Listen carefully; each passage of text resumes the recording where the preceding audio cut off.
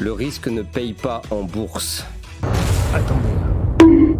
C'est depuis 10 ans, 15 ans, 20 ans. Hein. La prise de risque en bourse ne paye pas. Et je suis d'accord, c'est un peu étonnant parce qu'on n'a pas été éduqué comme ça. Bon, la value, c'est le premier exemple. Depuis 15 ans, la value ne fonctionne pas en bourse par rapport à la croissance. Oui. Et pourtant, on n'achète pas cher.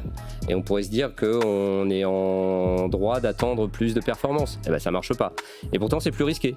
Pourquoi ? Parce que la value, forcément, ce sont des secteurs matures, traditionnels. La finance, l'industrie lourde, les loisirs, ouais, plein de secteurs comme ça où il n'y a pas d'innovation, les marges sont faibles, c'est plus risqué par nature et ça marche moins bien. C'est un premier exemple, mais il y en a plein d'autres. Regardez les small caps, on a tendance à se dire on va acheter des petites valeurs parce que le marché est moins efficient, parce qu'il y a peut-être un peu d'innovation, et puis elles sont moins chères. Depuis 10-15 ans, en bourse, que ce soit en Europe ou aux États-Unis, ça ne marche pas. Allez, dernier exemple, les émergents. Il y a eu une phase, on va dire, où les émergents étaient vraiment à la mode, où on avait inventé un acronyme, les BRICS. Et en effet, pendant quelques années, ça a bien marché. Mais regardez la performance des marchés émergents depuis 10 ans par rapport aux États-Unis ou à l'Europe. C'est pas bon.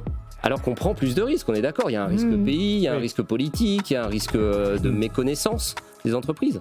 Et ça marche pas. Et à l'inverse, en face, les actifs qu'on pourrait qualifier de plan-plan cartonnent. Les actifs, on va dire les très grandes valeurs, super rentables, bien implantés, qui sont là depuis 50, 100 ans, Air Liquide, Essilor, L'Oréal, etc.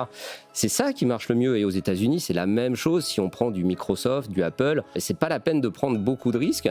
On investit sur des boîtes qui sont très très rentables, qui n'ont pas de dette la plupart du temps, et qui innovent un peu, qui font de la croissance, et c'est ça qui marche le mieux.